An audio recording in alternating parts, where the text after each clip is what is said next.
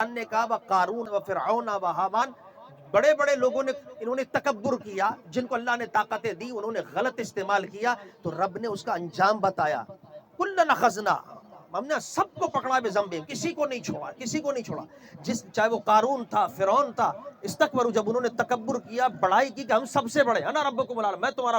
رب ہوں، جب فرعون نے اس انداز میں گفتگو ہے، تو قرآن کہتا ہے ہم نے کسی کو نہیں چھوڑا۔ کلن اخذنا بذنبہ، ہر ایک کو اس کے گناہ کا انجام دیا، اور ایسا دیا خسفنا بہم، کسی کو زمین میں دھسا دیا، کسی کو سمندر برد کر دیا۔ یہ عالم تھا اللہ کے جلال کا، اللہ نے کسی کو نہیں چھوڑا۔ اسی طرح اور اسلامی ممالک اور بہت سے حکمران جن کے پاس طاقتیں ہیں، سب کچھ ہے،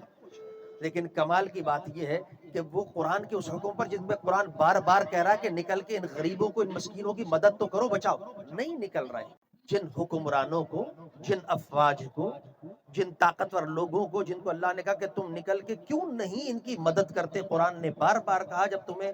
بچے ولدان نساء، جب تمہیں بچے عورتیں کمزور لوگ پکارے تو تمہاری طاقت نہیں کہ تم نکل کے ان کو بچاؤ۔ تو طاقت مسلمان ملکوں کے پاس،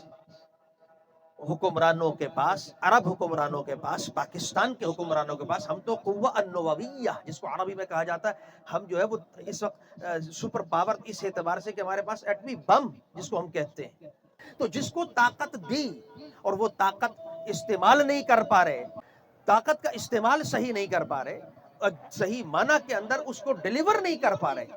اس موقع پر کہ جب بڑی بڑی طاقتیں رکھنے کے باوجود ان کا ساتھ نہیں ہے،